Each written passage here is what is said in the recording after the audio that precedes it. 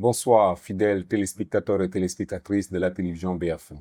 Merci de nous recevoir une fois de plus chez vous à l'occasion de ce nouveau numéro de votre émission Leçons de vie.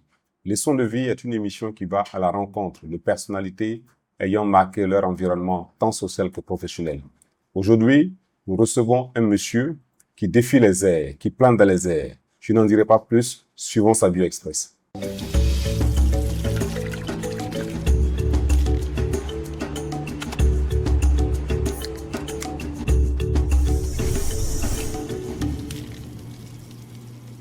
Clément Louis-Auguste Marie Thiem Touré, voici le nom de notre invité du jour.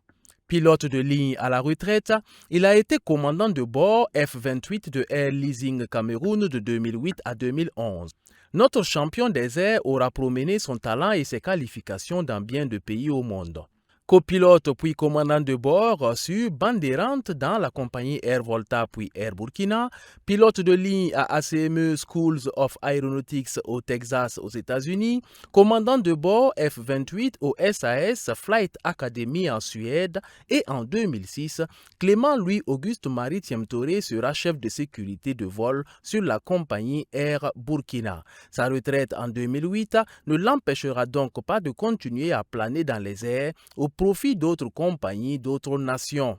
Une vie bien remplie pour celui qui est venu au monde le 4 octobre 1952 à Ouagadougou. École primaire catholique de La Salle, séminaire de Pabré, puis lycée municipal Bambata, ce sont les établissements qui vont accueillir l'élève modèle avant le lycée Philippe Zenda Kaboré où il obtiendra son baccalauréat série C en 1973. À Toulouse, en France, M.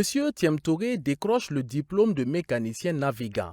Il poursuivra ses études en Belgique où il sortira pilote professionnel, qualification IFR et bimoteur en 1981 et s'ensuivra une longue et belle carrière professionnelle avec une reconnaissance par la Fédérale Aviation Administration FAA en 2011. Clément Louis-Auguste Marie Thiem Touré est marié, père de 5 enfants et grand-père de 7 petits-enfants. Après de 3 quarts de siècle de vie, M. Thiem Touré a de nombreuses leçons de vie à partager avec nous. Bonsoir, monsieur Thiem Touré. Bonsoir, monsieur Sarré. Eh bien, merci de nous accueillir chez vous. Oui, c'est un honneur. Nous sommes dans votre quartier. Parlez-nous un peu de votre quartier. Ça fait 39 ans qu'on est dans le quartier. D'accord. Depuis 86. Voilà, on a eu le terrain après le lotissement de la Révolution. Et tout de suite, on est venu s'installer. C'est déjà quoi le nom du quartier C'est Parlaïli, Pagalaïli. Sissin. Ah, d'accord. 30 Sissin, ans, Parlaïli. à l'époque, ça devait ressembler à quoi? Ouh là là, c'était un peu la brousse. Hein. D'accord. On a même dû couper quelques qualités ici. Hein. D'accord. Oui, c'était pratiquement la brousse. Et ici, bon, l'électricité même, ça a mis du temps. On a passé près d'une année sans électricité. D'accord. Mais comme on ne voulait plus être en location, on est quand même resté. Et aujourd'hui, nous sommes pratiquement au centre-ville. Oui, c'est vrai. D'accord. Lorsqu'on a affaire à un pilote, la première question tout de suite qui nous vient en tête, comment est-ce que vous parvenez à dompter votre peur des airs? Parce que la première fois qu'on prend un avion, on a tellement peur qu'on se demande, mais comment ceux qui travaillent dans les airs parviennent à dompter cette peur? Ça, c'est une bonne question. Parce que, bon, nous, on ne pense plus tellement à la peur avec l'expérience. Votre premier vol? Alors, mon premier vol en tant que pilote ou en tant que passager? En tant que passager d'abord, puis en tant que pilote. C'est en tant que passager en 1973. En septembre 1973, quand je partais en France pour les études, avec UTA, avec la compagnie UTA. Bon, ça s'est très bien passé et c'est là que ça m'a renforcé dans l'idée qu'il fallait que je fasse ce métier-là. D'accord. Ça a été très déterminant ce vol-là, avec les DC-8 là, à l'époque. Et on a survolé, d'abord on est allé sur Niamey, et de Niamey on est allé sur Nice, avec un bel atterrissage au petit matin. On voyait la ville de Nice avec l'eau et tout, la mer. Ça m'a beaucoup Et le motivé. premier vol, vous n'avez pas eu peur, non? Pas du tout? Pas vraiment. Pas D'accord. vraiment. Pas vraiment. Et la vocation de devenir pilote, à quel moment est-ce que cette vocation vous naît? C'est depuis la seconde première D'accord. que l'idée s'est faite. Ah, mais ça n'a pas été facile parce que mon père était opposé à ça. Il ne voulait pas du tout entendre parler de... C'était comme la majorité des gens qui avaient peur Voilà. des airs. Et lui, il n'aimait pas du tout. Donc, du coup, il m'a dit, ah, je ne veux pas que tu fasses ce métier.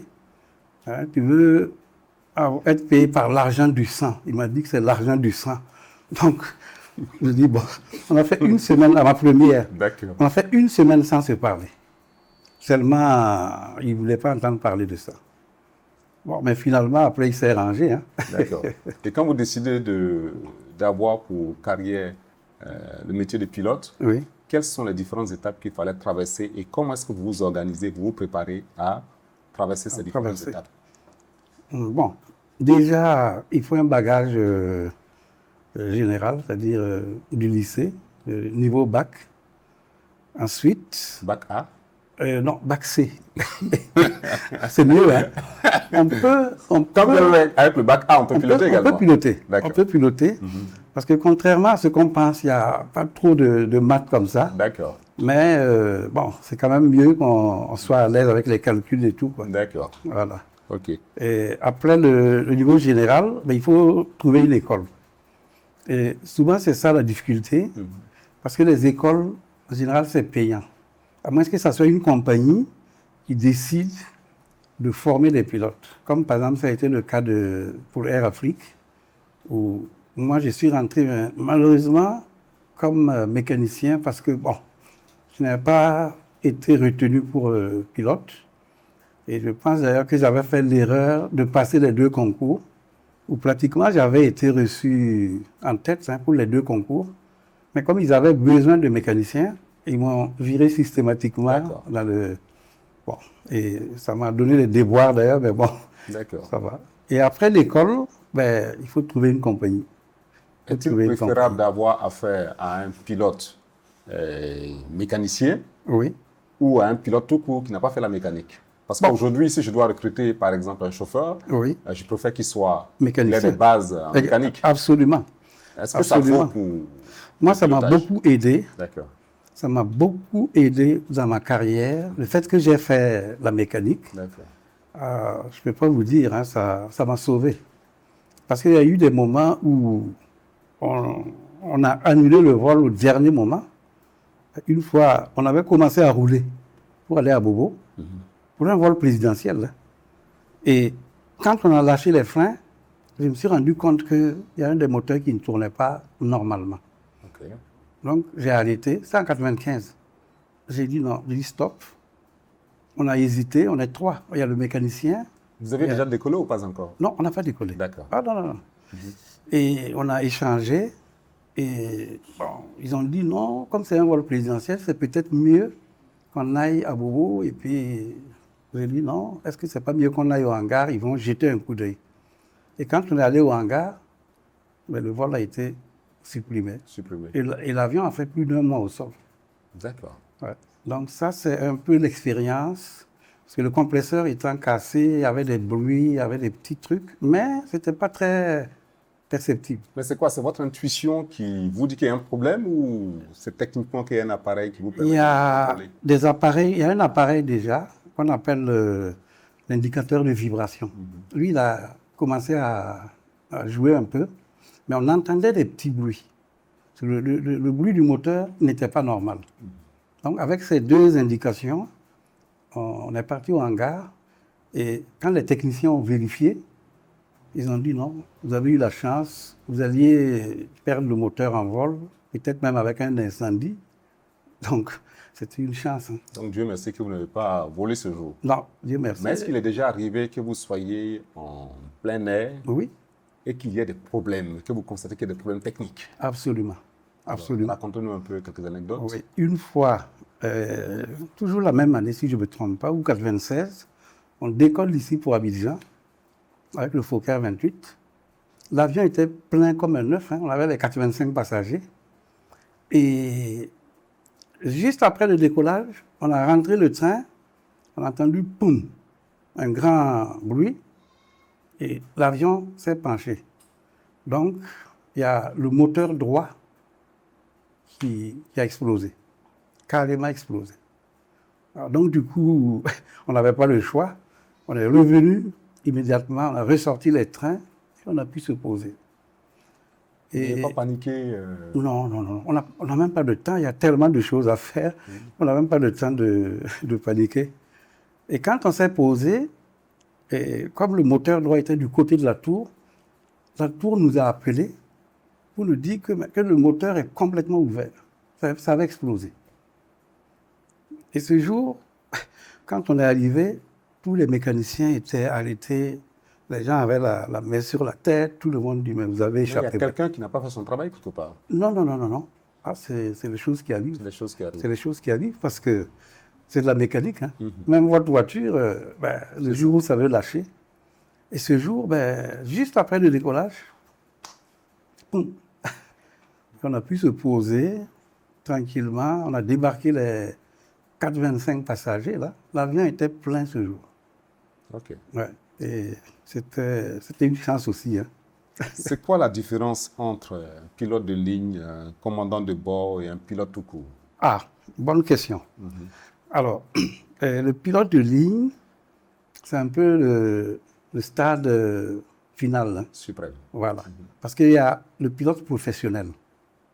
Avec la qualification IFR. IFR, c'est pour les instruments. Là. Instrument Flight Rules. Et puis bimoteur. Donc, ça, c'est les avions. Vous pouvez être commandant de bord sur les avions de moins de 5, jusqu'à 5 tonnes 7 en fait. Vous ne pouvez pas dépasser 5 tonnes 700. Et pour être commandant de bord sur les avions de plus de 5 tonnes 7, il faut être pilote de ligne. Okay. Et pour être pilote de ligne, il faut avoir au minimum 1500 heures de vol. Donc, il faut déjà avoir travaillé pour être prétendre à ça, quoi. Parce que nous, à l'école, on sortait avec autour de 300 heures. On sort de l'école de pilote professionnel IFR avec environ 300 heures. Je me rappelle, je suis rentré ici avec 310 heures et on a commencé à travailler. Mais comme ça volait beaucoup, au bout de 2 ans, j'avais déjà plus de 1500 heures, quoi. Est-ce qu'il y a des dispositions naturelles qu'il faille avoir pour être bon pilote ou des dispositions naturelles qui vous éliminent?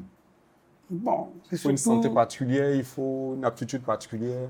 C'est surtout la santé, la vue, l'ouïe aussi. Il faut avoir un bon système cardiovasculaire aussi. Bon, mais surtout la vue. Mais pour la vue, à la vitesse où on est, est-ce que... la vue, c'est surtout pour les instruments. Pour les instruments, d'accord. Parce que quand vous êtes dans l'avion, vous n'êtes pas censé regarder même dehors. OK. La preuve, c'est que quand vous passez votre examen d'IFR, on vous met on appelle ça on vous met une sorte de casquette pour vous empêcher de voir dehors. Donc vous allez piloter juste en voyant les instruments. D'accord. Voilà. Donc vous n'avez pas besoin de voir dehors. La preuve, c'est que la nuit, quand vous êtes en vol la nuit, il n'y a rien. Sauf quand vous arrivez sur une grande ville. Et là encore, vous voyez des lumières, c'est pas évident. Hein. Et comment se passe votre tout premier vol avec Air Volta? Avec Air Volta, c'était en 81. Alors, si mes souvenirs sont bons, c'était le 7 mai 1981. Je suis rentré fin mars 81 de la Belgique et j'ai demandé 1 mois de repos avant de commencer les vols, quoi. Donc, en fait, j'ai pris service le 2 mai, parce que le premier est chômé. Hein. Donc, le 2 mai, j'ai pris officiellement service. On a un peu baladé, montré les différents services. À l'époque, on n'était pas plus de 20, hein, Air Volta. On était une vingtaine. Hein. C'était surtout les pilotes, les mécaniciens, et puis une petite agence. Et puis la direction, il y avait 3 ou 4 personnes. Okay. Il y avait le comptable, il y avait la secrétaire, il y avait le directeur, etc. Vous avez été également chef du service sécurité de Air Burkina. Oui, ça c'est à la fin de ma carrière. Alors en quoi cela consistait comme activité? C'est pas chef de sécurité d'une compagnie aérienne. Ok, bon, c'est un service qui était assez nouveau. Parce qu'au départ, dans l'aviation, il n'y en avait pas. Mais ils ont vu que, parce qu'il n'y a pas justement un service sécurité, quelqu'un qui est commis à la sécurité, ça amenait beaucoup d'accidents. Donc, ils ont décidé d'obliger les compagnies à créer des services sécurité. Et j'ai été le premier à ouvrir, à gérer ce service-là, en 2006, je crois. D'accord. Partagez-nous 2 anecdotes sur votre carrière. Ouais. Une où vous avez été l'homme le plus heureux et une où vous avez eu la frayeur de votre vie. Ah, la frayeur, ça, il y en a eu. Hein. Il y en a eu. La frayeur, j'en ai eu. D'ailleurs, du fait de l'avion, de la dangerosité de l'avion, mais aussi du fait de... Parce que les gens ne font pas toujours ce qu'il faut. C'est ça. Mais bon, il y en a eu. Hein. Je crois qu'il y a eu au moins une dizaine de fois où je me suis retrouvé face à face avec la mort, même à l'école. Parce que moi, j'ai eu la chance de faire de la voltige. Ça a été supprimé, la voltige, parce qu'il y avait trop d'accidents. Okay. Et moi, j'ai été un des rares civils à faire de la voltige en Belgique. Donc, dans cette formation de voltige, j'ai failli perdre la vie, puisque je suis allé seul pour faire la voltige. C'était en octobre 80. J'étais en train de finir ma formation. Et j'ai voulu faire un tonneau. Alors, le tonneau, vous partez comme ça, vous mettez l'avion sur le dos et vous continuez et vous revenez à la position normale. Okay. Malheureusement, je n'avais pas assez d'expérience et l'instructeur m'avait même déconseillé de faire ça. Il m'avait autorisé de faire, par exemple, la vrille, de faire ce qu'on appelle les retournements, là, stall turn, comme ça. Ouais. Mais les tonneaux et puis les renversements, il m'avait dit de ne pas faire ça. Et moi, j'ai voulu un peu... Quand même essayer. Ah, ça n'a pas été facile. Quand j'ai passé sur le dos, donc j'étais comme ça, couché là, eh ben, l'avion est parti. Il est parti carrément en chute libre, sur le dos. Sur le dos, comme ça. Et moi, j'avais donc la tête comme ça. Je voyais le sol. On dirait que moi, j'étais fixe et le sol venait à moi. C'est pas moi qui bougeais, hein. Moi, j'étais fixe et le sol venait à moi. Et à ce moment, j'ai eu une sensation de bien-être. J'ai failli dormir. Ça allait être la fin. Wow. Et l'avion a pris une accélération telle que j'ai dit non, si je ne fais pas quelque chose, c'est fini. Donc, j'ai eu un instinct de faire ça.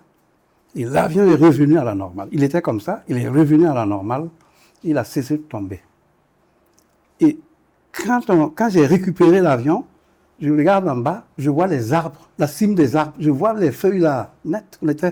J'étais presque dans les arbres. Wow. Et je tremblais de tous mes membres. Je tremblais comme ça, de tous mes membres. Et je dis non. J'ai dit, si je ne recommence pas, je vais avoir peur. Et je recommence, même effet. Mais là, je savais comment m'en sortir. Donc, j'ai redressé. Et j'ai dit non. Il m'a dit de ne pas faire. Allez, rentre. Comme quoi, il faut affronter ses peurs les plus profondes. Oui. Il faut se battre. Soi. Et je rentre avec l'avion. Je gare comme si de rien n'était. Mais le lendemain, il y a l'instructeur de voltige et le chef mécano qui me cherchent partout dans l'école. Et ils arrivent en classe. Ah, vous êtes là. On me dit, mais qu'est-ce que vous avez fait hier avec l'avion? Mais vous avez failli vous tuer. Parce qu'il y a ce qu'on appelle un accéléromètre. Et cet accéléromètre est parti à 7 fois G. 7 fois la gravitation universelle. Okay. Et c'est là qu'ils m'ont dit, mais pratiquement l'avion était en rupture. Si je n'avais pas réagi, c'était le crash. D'accord. Il y a un moment de joie, de bonheur que vous avez eu? Ah, il y en a eu pas mal aussi. Il y en a eu pas mal. Je crois qu'un des plus grands, c'est quand on a amené le pape Jean-Paul II à Beauvau pour faire la messe. Okay. En 90. J'étais copilote à l'époque. Il y a même la photo qui est là. Voilà. Okay. On est parti avec lui, on a passé la journée, il a dit sa messe et on l'a ramené. Il a donné une médaille à chaque membre d'équipage. On a eu une médaille du pape. Et on l'a approché, on l'a vu dans l'avion, il priait. On a compris qu'il était en train de prier pour nous. Donc voilà, passer la journée. D'accord. Ça, c'était un des bons Les souvenirs. moments les plus heureux. Oui. À présent, nous marquons une pause OK. pour faire un tour à la régie pour suivre quelques témoignages de certains de vos collaborateurs.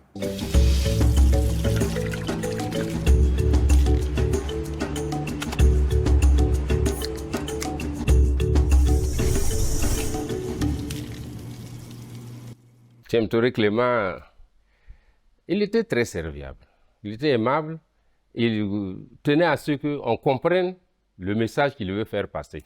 À l'époque, nous, on ne connaissait pas le monde du travail, donc il prenait des exemples, il nous donnait comme ça. C'était après le soir qu'en s'assoit, on réfléchit, mais le camarade là, qu'est-ce qu'il voulait nous faire passer comme message? En réfléchissant un peu, on trouvait effectivement où il voulait nous amener. Et on faisait les vols qu'on appelle vols spéciaux, on devait amener les autorités politiques ici, le président par là.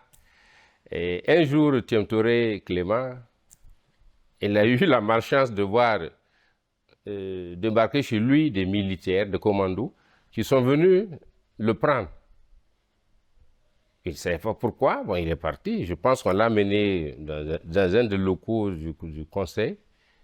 Et on lui a fait savoir qu'il était programmé pour un vol et il ne s'est pas présenté. Bon, Tiem Touré Clément ne semble pas être au courant de cette programmation. Et je pense là-bas, il a passé un mauvais quart d'heure. Le vol s'est effectué avec d'autres camarades pilotes. Et on ne l'a libéré, je pense, qu'au retour du président de sa mission. Parce que, imaginons que quelque chose serait arrivé pendant ce vol à la délégation officielle ou bien à l'équipage ou bien à l'avion. Je pense que Tiem Touré Clément était dans de sales draps. Le commandant Tiem Touré, c'est un bosseur. Déjà, quand on est arrivé en Belgique, il devait faire le pilotage, il devait faire le pilote privé, après le pilote professionnel. Et il devait revenir travailler après, maintenant aller faire le pilote de ligne. Mais déjà quand il est arrivé, parallèlement, il s'était inscrit au cours à distance pour le pilote à ligne. Et en même temps, il faisait le pilotage pilote privé et pilote professionnel. Donc, comme on était dans le même appartement, des fois nous sommes en train de dormir, lui il est en train de bosser toujours. Donc, à ma connaissance, il a tout passé haut les mains, tous ses examens, il a passé et il est rentré avant nous. On a eu une aventure aussi quand on était en Belgique, vers la fin de sa formation. On est parti, on a quitté Anvers, lui et moi, avec un avion. On est parti à Reims. Il avait sa sœur, et le professeur Choudré. Et sa femme, c'est la sœur à Tiem Touré Clément. Donc nous sommes partis les rendre visite et on est revenu. Mais en revenant, en cours de semaine, nous on a senti que le carburant qu'on avait, c'était difficile de rejoindre notre aéroport. Mais, comme je dis, c'est un gars vraiment, je pense qu'il a fait maths sup même en France. Il est tellement intelligent. Il a utilisé les vents et tout. Et nous sommes arrivés à bon port. Sinon, à un moment donné, on est resté au moins 30 minutes, on ne se parlait même pas. Non, vraiment, le commandant Tiem Touré, c'est un homme, il est humble. Et il a la rigueur. Alors, Oui. qu'est-ce que vous avez à dire sur ces différentes anecdotes? Ah, bon, il y a beaucoup de vérité dedans. Oui. Peut-être un peu d'exagération, mais... Oui, mais la partie où l'avion, il n'y a pas assez de carburant ou... Ah, ça, c'était réel. Oui. Moi, je cherchais déjà un terrain, un espace pour nous poser. Parce que les réservoirs, les jauges étaient à zéro depuis un moment.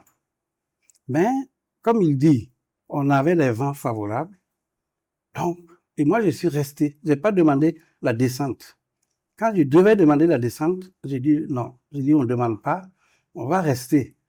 Et comme ça, si le moteur s'arrête, on plane pour au moins sauver l'avion. Mhm. Et on est resté comme ça jusqu'à... J'ai compris que même si le moteur s'arrête, on pouvait atteindre la piste d'Anvers.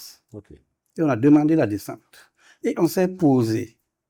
Et je me demandais pourquoi le moteur ne s'est pas arrêté. Quand on est allé rapidement pour faire les pleins, pour que personne ne voit ça, quand on a ouvert le réservoir, voilà le fond. C'est-à-dire, il n'y avait pas une goutte d'essence dans le réservoir, c'était le carburant, c'était l'essence qui était dans les tuyaux.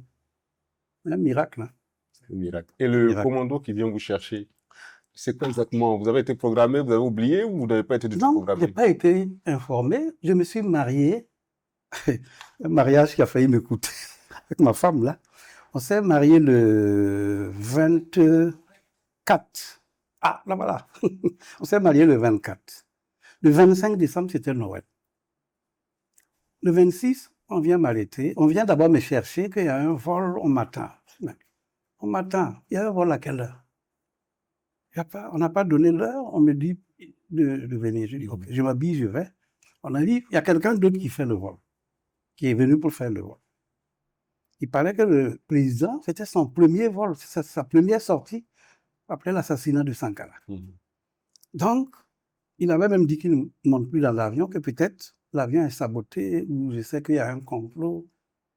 C'est son aide de camp qui me connaît, il a grandi avec nous dans le quartier, c'est le petit frère du quartier. Lui, il a dit au président, non, lui, je le connais bien, il n'est pas dans ces histoires. Et c'est comme ça qu'il a décidé à partir. Bon, maintenant, on revient me déposer, et après, on revient, qu'on a dit de venir me chercher. Je me rhabille, je prends mon sac de voyage et tout. On dépasse l'aéroport, on dit, non, que c'est pas ici. On va directement au conseil de l'entente. On dit, ah, ça, c'est la fin.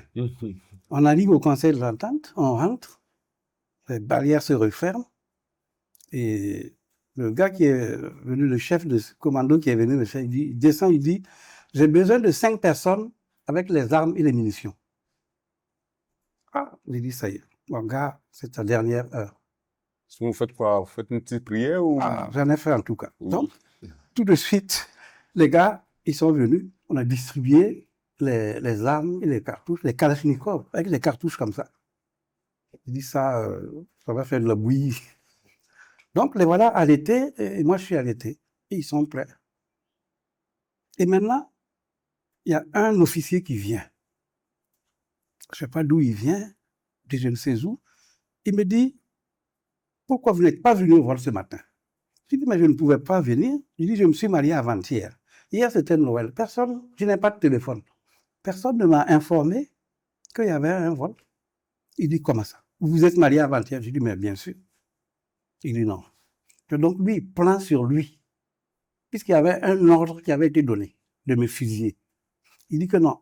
Lui, il prend sur lui d'attendre le retour du président. Donc, me voilà, on dit de m'enfermer. Donc, on m'enferme, c'est le matin. À midi, les gars viennent me chercher pour manger. Je prends le truc, je n'arrive même pas à avaler une cuillère. Et il y a un qui me demande, mais mon grand frère, c'est des jeunes, hein, mon grand frère. Vous n'avez pas l'air d'un bandit. Qu'est-ce que vous avez fait? Qu'est-ce qui s'est passé? Je lui explique, il dit non. Que lui-même, quand le président est venu, lui-même, eux-mêmes, ils vont intervenir. La nuit, première nuit au conseil, je n'ai pas fermé l'œil, même pas une seconde, jusqu'au matin. Ah, elle a vécu le pire. Donc maintenant, le lendemain matin, vers 9h, 10h, il y a le chef du commando, ceux qui sont venus m'arrêter, il vient, il m'appelle. Le camarade de l'aéroport. Il ne connaît même pas mon nom. Le camarade de l'aéroport. Je lui dis présent. Je sors de la cellule, il dit non, ça va. Il dit, eux, ils ont fait leur enquête, que non, qu'il n'y a plus rien. Ils savent que je ne suis pas impliqué dans quoi que ce soit. Mais ils sont obligés d'attendre le retour du président. Ah, mais il vient ce soir. Je dis, mais bon, c'est bien, mais je suis toujours là de saldre. Il fallait prier pour que rien n'arrive à l'avion. À l'avion. Donc maintenant, vers 16h ou 15h30 là, j'entends le cortège présidentiel qui rentre avec un vacarme épouvantable. Et tout de suite, il y a un capitaine qui vient, il me salue, il me dit, le président dit de venir vous dire que vous êtes libre. ramenez-moi chez le papa. J'arrive, Pour retrouver vos esprits. oui, oui, tout le monde, toute la famille, ici, il n'y avait personne. Hein. Toute la famille était là. J'arrive, les gens étaient assis. Puisqu'on a su qu'on m'avait amené au conseil, c'est un des pilotes, Issa Ouidraogo, qui a fait son enquête et qui a su qu'on m'a amené au conseil. Donc, tout le monde a dit, c'est fini. Donc, quand je suis arrivé, les gars m'ont salué, je suis sorti. J'ai entendu quelqu'un, je crois que c'est mon grand frère qui a crié, Ada Clément, Ada Clément. Donc, je suis sorti, je suis rentré. En mode, c'est un revenant qui revient ou? Un revenant. Et c'était le 27, je ne peux pas oublier ça, le 27 décembre, le soir. Passé 2 jours au conseil de l'entente. D'accord. À présent, nous allons évoluer pour parler de votre vie de famille et de votre vie en société. Alors, c'est quoi la famille pour vous? Que représente la famille pour vous? Ah ben, la famille, c'est tout. Dans une société africaine. La famille, c'est tout. C'est tout et bon, c'est vraiment sacré. S'il y avait un mot à placer pour qualifier la famille, ce serait quoi? C'est difficile de, comme je dis, c'est difficile de trouver le mot juste. Voilà, parce que voilà, la famille, les enfants, les petits-enfants. Et donc, comme vous avez dit au début, là, ils sont 7. C'est ça.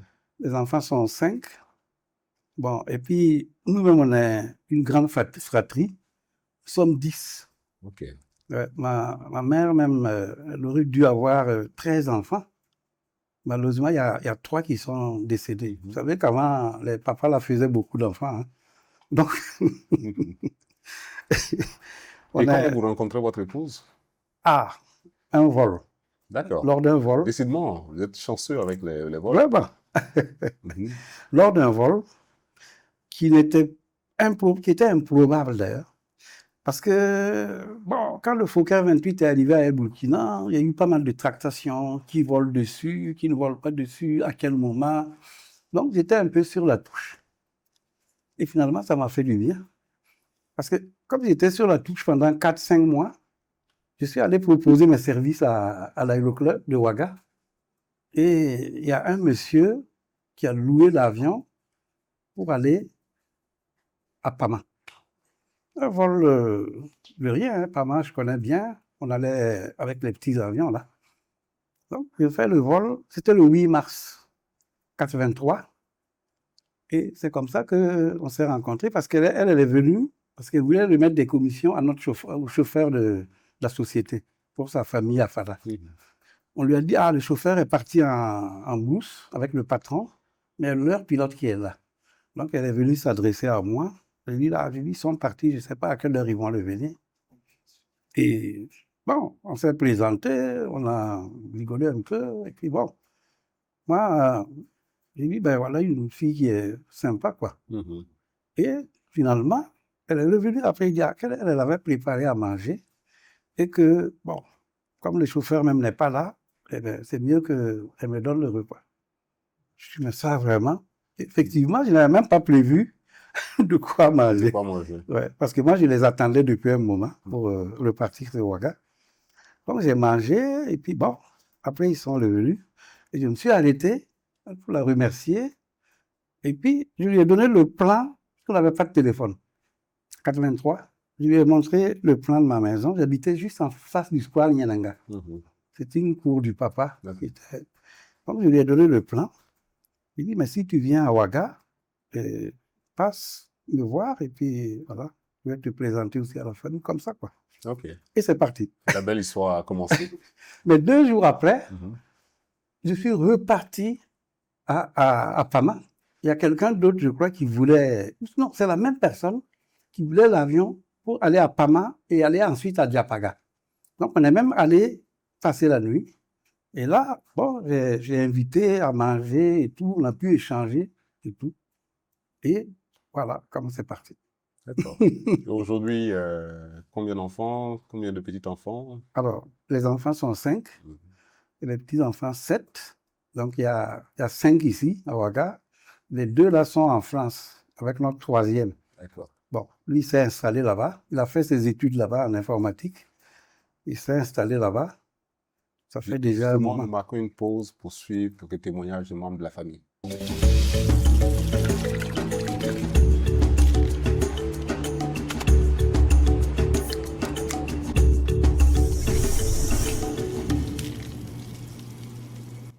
père, c'était plutôt vraiment la rigueur dans le travail. La rigueur absolue dans le travail, mais pas seulement que dans le travail, au-delà donc en fait du travail scolaire, c'était également la rigueur dans la vie de tous les jours. À tel point que on n'arrivait souvent pas toujours à comprendre pourquoi cette rigueur. Mais aujourd'hui, avec le recul, quand nous aussi on devient papa, on comprend très aisément vraiment pourquoi il était aussi rigoureux avec nous. Alors, quand j'ai voulu plutôt donc en fait faire de l'ingénierie, j'ai été vraiment très agréablement surpris de voir que voilà, il m'a soutenu à fond. Et dès que j'ai eu le bac, il n'a pas du tout hésité, en fait, lui-même, et ça m'a étonné parce que c'est lui-même qui s'est battu et qui a fait les démarches, en fait, pour que je puisse avoir une bonne université pour pouvoir faire mes études. Parce que habituellement, il nous aurait plutôt donc envoyé nous-mêmes aller faire les démarches, en fait, il nous aurait conseillé. Mais là, c'est lui-même qui a pris les devants. Et ça, c'est resté marqué en moi. Ce qui veut dire que, bon, voilà, à l'image donc de l'éducation qu'il nous donnait, il était vraiment et réellement soucieux, en fait, donc, de notre réussite socio-professionnelle. Et on s'est connus le 8 mars 83 à Pama. Pama qui était mon premier poste d'enseignement. Et c'était un hasard, un pur hasard. Parce que ce jour, il y a un ami de la famille qui est venu en mission à Pama et j'ai demandé à ma logeuse de faire un repas pour que je puisse lui en amener. J'y vais pour voir s'il était là et malheureusement il n'était pas là. Je me suis renseignée auprès du personnel et ils m'ont dit bon, ils ne savent pas où se trouvait le chauffeur puisque c'était le chauffeur et que voilà leur pilote qui était là. C'était peut-être plus judicieux de me renseigner auprès du pilote. Donc je suis allée vers lui et je me suis renseignée. Il dit, ben, moi aussi je les attends. Depuis ce matin, ils sont partis à la Compiègne. Donc je repars chez moi et je prends le plat que j'avais préparé pour le chauffeur. Je lui amène ça. Je dis, bon, c'était pour le chauffeur qui est un ami de famille. Mais comme vous êtes là, vous vous servez et quand le chauffeur va venir, ben, il va manger ce qui reste. Il a pris, il a mangé, il m'a remercié. Et le soir, j'étais dans ma classe. Et voilà monsieur le pilote qui revient accompagné. Je dis, mais qu'est-ce qu'il vient faire celui-là? Il arrive. Il me dit, non, je suis venu pour vous remercier pour ce bon plat et tout. Je dis, mais non, c'était pas la peine. Moi, on m'a éduqué comme ça. Quand je vois quelqu'un à qui il faut donner à manger, ben, tu le fais. Et 2 jours après, j'étais allée à Dapango avec un collègue. Et à mon retour, on me dit, ah, il y a quelqu'un qui est venu. Et ce que j'ai entendu, tellement j'étais fatiguée, je n'étais pas disposée à écouter.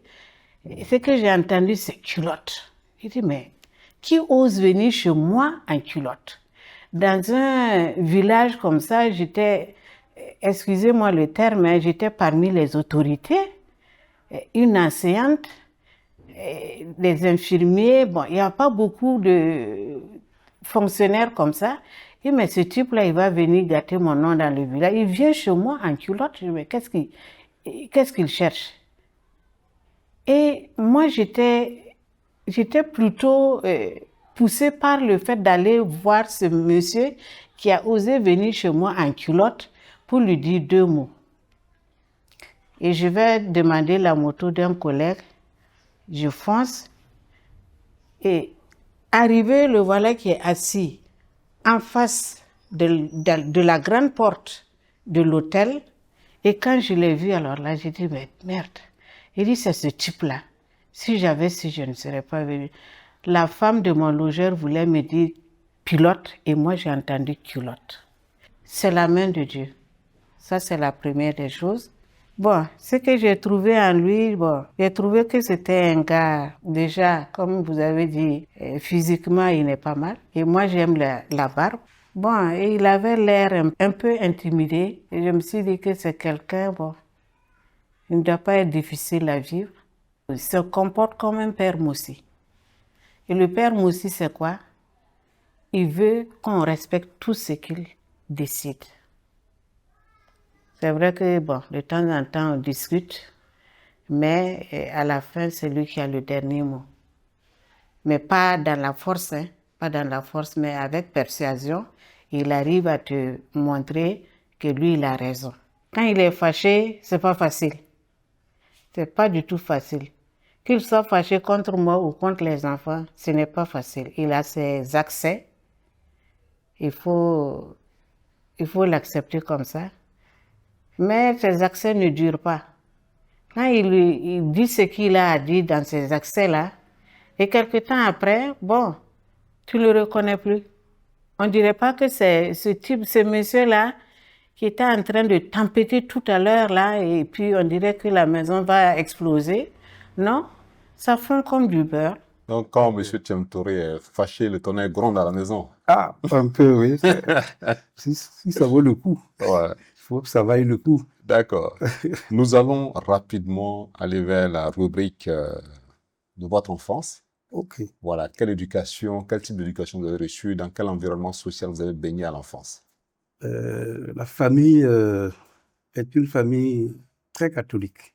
C'est vraiment l'éducation catholique. Et même à l'école primaire, on était tous à la salle. Pratiquement tous les enfants ont passé là-bas. Et moi d'ailleurs, j'ai fait un peu plus parce que quand j'ai eu mon CEP en 64, j'ai décidé d'aller à Pavelé, là, au séminaire, bon, pour devenir prêtre. C'était un peu une idée qui me trottait, quoi. Et puis bon, j'ai fait 2 ans quand même. Ça m'a permis, en fait, d'apprendre pas mal de choses que je n'aurais pas apprises dans un collège normal, quoi. J'ai appris pas mal de choses, donc notamment le solfège, la musique. J'étais dans la chorale et tout. Et puis, j'ai perdu, malheureusement, une année parce qu'on fait la 7e. J'avais eu le CP à 11 ans à l'époque. J'étais le plus jeune de toute l'école. Et j'ai perdu une année là-bas, mais je ne regrette pas. Ensuite, je suis revenu au Bambata pour faire la 5e. Et là encore, ça ne s'est pas très bien passé parce qu'on avait fait les maths classiques au séminaire, alors qu'ici, c'était les maths modernes qui prévalaient. Donc, quand je suis arrivé en 5e, largué. Donc, j'ai dû redoubler la 5e. La 5e. Ouais, mais le rapport avec les parents, c'était comment? Vous étiez un enfant taciturne, un enfant assez posé? Avec les parents, c'était... Bon, le papa était quand même assez... un peu comme moi. Il était oui, un peu... mais ce que vous avez fait quand vous avez corrigé... ça manque les pas. enfants ont envie de savoir. Ça manque pas. Alors, là où ça m'a chauffé un jour, et justement, c'était avec un ami que vous connaissez bien, qu'on parlait Issouf. OK. On avait pris le buffet du papa, transformé en guitare. D'accord. Je vous laisse deviner la suite. On devine la suite aisément. Ah ouais, j'ai eu chaud, hein. Et quelle comparaison faites-vous entre cette éducation à l'ancienne et l'éducation d'aujourd'hui avec les enfants, que les parents ont avec les enfants? En fait, mes parents ne tapaient pas vraiment. Il y avait toujours une solution pour te faire, pour te raisonner. Voilà. Par exemple, on peut te priver de nourriture ou te donner du pain sec ou des choses comme ça, mais c'était rare que le papa en vienne aux mains, quoi. OK. Vos meilleurs souvenirs d'enfance? Des moments à l'âge de 5, 7, 8, 9 ans qui vous reviennent souvent? Bon, il y en a pas mal, hein. Il y en a pas mal. Les souvenirs, c'est surtout avec les amis d'enfance.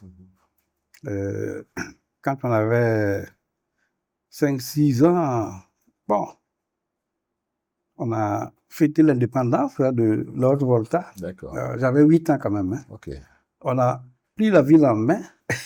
On a disparu jusqu'à la nuit. Là que les parents même s'inquiétaient. Parlant justement d'amis d'enfance, nous repartons à la régie pour suivre les témoignages.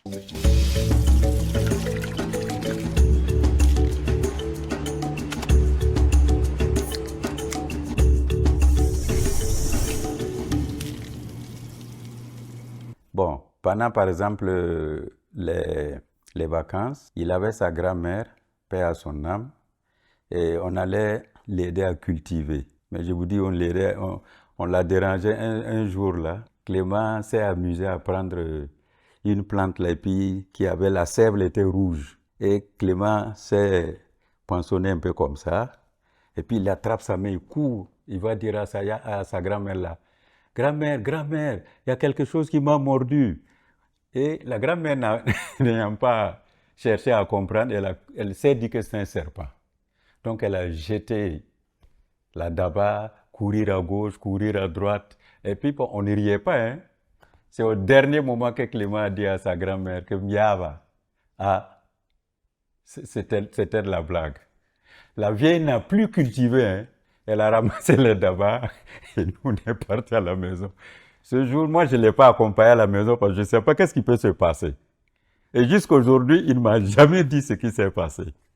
Ensuite, on a formé un groupe qu'on appelait les Black Pistols, les pistolets noirs, et c'était lui le patron.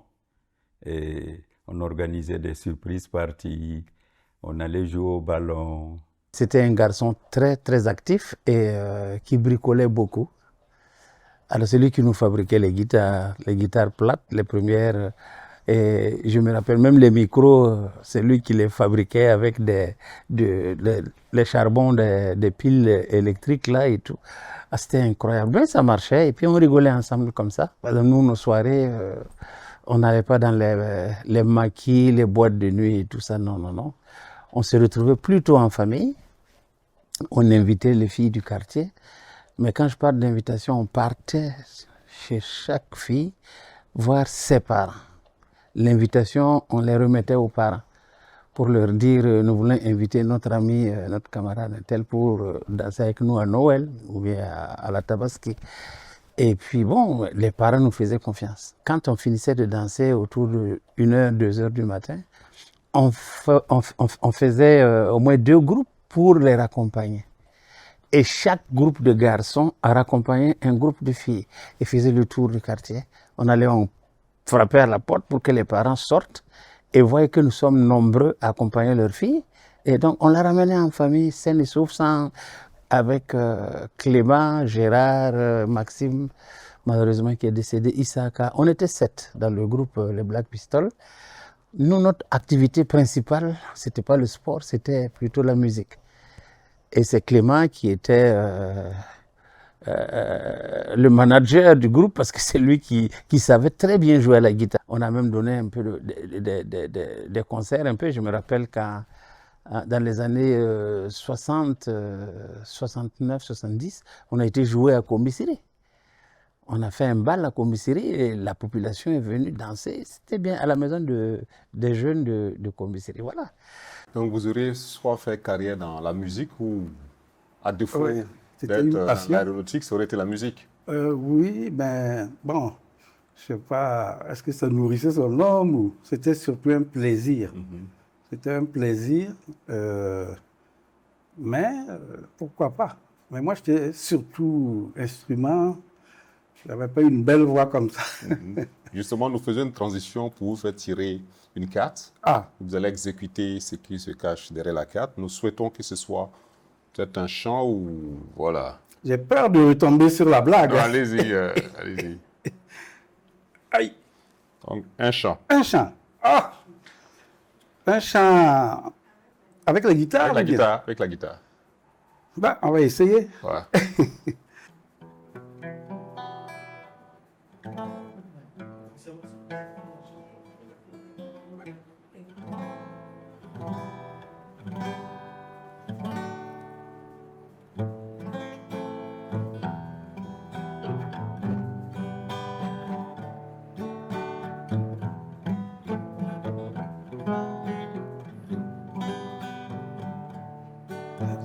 Pironoria, Rapuki Tavamu, Ingetna Tazemabo, Tazena, la Gilazua, Umsana Kili Kabia, Nairi Pamkae, Pasayu Babamia, Nous comme ça pour les maman nous sommes bon pour ça c'est n'a poussé Amambia non so va zenado Kalambero fie Amamba ya kakwara zenado Kumdalinda Divni con como flere When somebody flew to Korea La ela tava zenado When la mitad Fazendo betine cair Furaka ligi step também basa Não sabe tu né o pambiria Isal kapam saral katai Dani gabi mansu wende Dani não conta um keta Ne puso esse gom na meva Tu vas pas bon public sans ma face E ti papi sans o programa E também tá só tá alegria. Mas a nossa sensação me olhando. E vai que te sonho. Balança e a liga câmera. Só que tu pode cozinhar da cotô. A língua vem subindo ele. A língua vem com a beleza. Zenabo.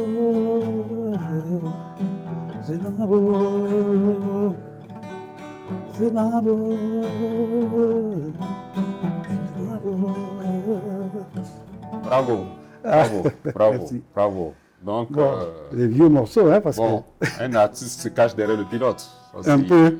Bon, je crois qu'à l'occasion, les concerts que vous avez organisés en son temps, on pourrait en organiser maintenant aussi avec Youssouf Compaoré, vous. Ah, pourquoi pas. Voilà. On a un peu d'énergie encore. Les parce Black Pistols peuvent venir sur la scène. on a fait notre premier concert à Combisserie Ok, super. en 69. Ah, il faut remettre ça. Il faut remettre. Donc, nous allons vous demander de nous donner 3 de vos meilleures citations. Et nous dire pourquoi. Des citations qui vous plaisent, qui vous motivent, que vous aimez reprendre, soit pour vos enfants ou pour des amis. Une des citations que j'ai toujours aimées, c'est sur la difficulté de la vie, quoi. Alors, on dit que c'est pas parce que les choses sont difficiles que nous n'osons pas, mais c'est parce que nous n'osons pas que les choses sont difficiles. Alors, j'ai oublié déjà qui a fait ça, mais je sais que c'est un latin. D'accord. C'est pas parce que les choses sont difficiles Ce n'est pas parce que les choses sont difficiles que nous n'osons pas. Mais c'est parce que nous n'osons pas que les choses sont difficiles. Elles sont difficiles. Première citation. La deuxième. Alors, la deuxième. Ma mère aimait dire, pour nous insister à être sobre, que l'ignara, quelqu'un qui combien. Trop manger n'empêche pas d'avoir faim le lendemain. Voilà, ça c'est. Il faut être modéré devant la nourriture. Ça c'est un truc qu'elle aimait nous dire. Troisième citation. La citation que j'ai toujours aimée aussi, c'est celle de Larlé Nava, Abra, le grand-père de l'actuel. D'accord. Il aimait dire Dunia rara, à Saint-Quin, à Kazélivé. C'est pour insister sur le côté éphémère de la vie, finalement. Bon, parce que... Donc, si vous devez traduire oui. son proverbe français, vous dites... En français, c'est comme s'il disait que la vie, le monde, est comme un marché. Une fois que le marché est lancé, il fait ses emplettes. Voilà, et il repart. Ça se termine. Une fois que c'est terminé, c'est fini. Voilà ce que je retenais un peu. Très belle citation. À présent, la rubrique Souvenir, oui. Où nous allons faire défiler une série de photos que vous serez appelés à commenter. Donc ça, c'est donc en 1990, là. Je crois que c'était fin janvier, début février. D'accord. Quand on a amené le pape à Bobo. C'était l'équipage En fait, on avait mis 2 commandants de bord et un copilote. Moi, j'étais le copilote. Ok. Et les 2 commandants de bord, c'est le commandant Biscarel, là, et l'autre, c'est le commandant Condé. Ça, c'est la deuxième photo. Ah, ça, c'est en Bretagne. C'est quand j'étais en classe préparatoire. C'est dans la famille d'un de mes collègues de classe, D'accord. qui est même venu plusieurs fois avec sa famille ici. Ok. Oui, oui. D'accord. On a même gardé les contacts. D'accord. En début d'année même, on s'est envoyé les messages là. Et c'est sa famille, ses sœurs. Il est le seul garçon, D'accord. mais lui, il n'est pas sur la photo. Ok. Je pense que c'est lui qui avait pris la photo. D'accord. Sa mère, son père et ses 2 sœurs. Il s'appelle Le Bien. Ah, là, le fameux mariage Ok. qui a failli me coûter la vie 2 jours après. 2 jours après. Mais heureusement que le mariage a apporté du bonheur pour que aussi les informations viennent à temps. C'est vrai, c'est vrai. C'est le mariage peut-être même qui m'a sauvé parce que on allait dire non. Bon, en fait, il y a quelqu'un qui a dit non, comme il se marie, est-ce que c'est pas mieux de le remplacer? Ça a été vaseux et personne n'est venu. Ah, le premier vol du président, c'était compliqué. Ah, ça c'est une photo de famille, ça c'est la fratrie. Ça c'était au mariage de mon petit frère, notre Benjamin. D'accord. C'était en 2001, si j'ai bonne mémoire. Donc à l'avant, il y avait papa, maman, et puis les 2 aînés, ma grande sœur et puis mon grand frère. Et puis derrière maintenant, les plus jeunes, quoi. Ah, toujours notre mariage, qui avait été célébré par Monseigneur Rwamba. Ouais. Nous repartons à la régie Oui. pour suivre des mots que les personnes.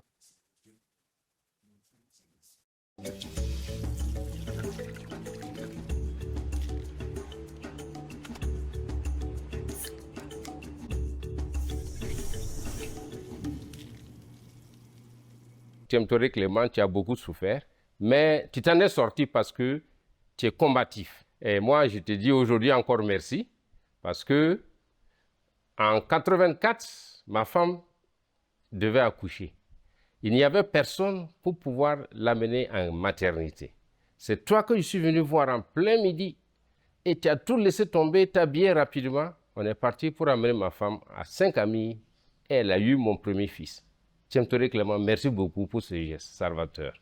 À l'époque, les routes ne sais pas ce qu'elles sont aujourd'hui. Saint-Camille était inaccessible. Mais tu as pu arriver à temps et ma femme a eu la délivrance.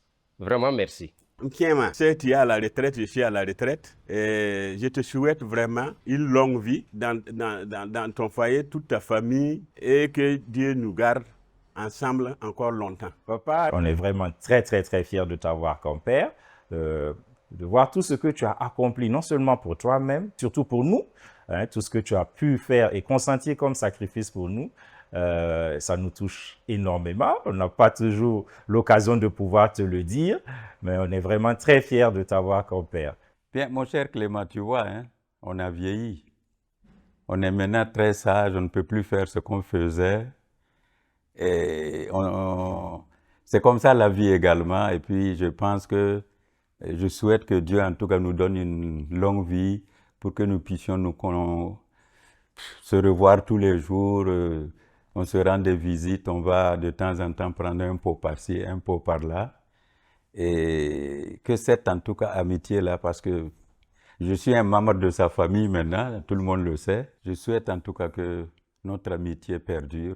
Clément, tu sais, tu es une bonne personne. Nous nous connaissons il y a plus de 50 ans maintenant, pratiquement 60 ans qu'on se connaît. Et on a toujours été corrects ensemble et on a mené plein d'activités ensemble. Et je suis heureux que le Seigneur nous ait permis aujourd'hui encore d'être ensemble. C'est vrai qu'on a perdu quelques camarades en cours de route, ça aussi c'est normal, c'est ça la vie. Mais je suis heureux de te voir en vie et en forme. Et j'aimerais vraiment te dire que j'ai été très heureux avec toi quand j'étais petit et jusqu'à présent on échange de très bonnes choses. Ça c'est formidable. Reste ce que tu es, ce que tu as toujours été. Tu es une très très bonne personne et je sais que tous ceux qui t'entourent et qui sont aujourd'hui autour de toi, je pense à ta famille, le diront encore mieux que moi. Que Dieu te bénisse. Le message que j'ai à te dire, Père, c'est que la vie Elle est facile, mais elle est difficile aussi en même temps. Mais c'est chacun qui décide de ce que sera la vie pour lui. Un jour, ta mère m'a dit, Amouré, Fouyor avec Clément Zakwa. Et je vais te confirmer aujourd'hui. Tu m'as mis appuyé Fou Zakwa. Je t'aime de tout mon cœur. En tout cas, merci pour tout ce que tu as fait pour moi, pour nos enfants, pour nous tous, pour notre famille. En tout cas, merci. Merci pour tout. Je t'aime de tout mon cœur. Ça, c'est émouvant. Hein? Un commentaire à la suite de tout ça? Ben, vraiment, je ne sais pas quoi dire. C'est beaucoup d'émotions. Beaucoup d'émotions parce que on fait les choses qu'on doit faire. On ne se dit pas que c'est des bonnes choses, mais on dit on doit les faire. Bon, tant mieux si ça peut plaire. C'est vrai que parfois aussi, ça peut ne pas plaire, mais bon, si dans l'ensemble, on est au-dessus de la moyenne. Voilà, c'est déjà pas mal. Madame a repris les propos de votre mère en Moré. Oui. Ou les francophones, qu'est-ce qu'elle a voulu dire? Ah, elle a dit que sa tombe se trouve dans ma maison, dans ma cour. C'est-à-dire qu'elle ne doit aller nulle part. Nous sommes à vie. Voilà, c'est ce qu'elle a toujours dit d'ailleurs. D'accord. Bon, parce que souvent, quand il y a une petite dispute, souvent c'est la mère qui gère ça. Donc souvent elle m'appelle pour me remonter les bretelles comme on dit. Donc on peut dire qu'elle a la chance parce qu'habituellement une belle-mère et Bruce n'est pas ça. Mais ça c'était. Vous cherchez. Ah oui, ça c'est moi ouh là là, c'est moi la victime. Je ne pourrais jamais oublier le décès de ma mère. Elle était inconsolable. Moi-même, bon, j'ai réagi, mais pas comme ça. Elle, c'était... Et réciproquement aussi, au décès de sa mère, j'ai eu un choc terrible.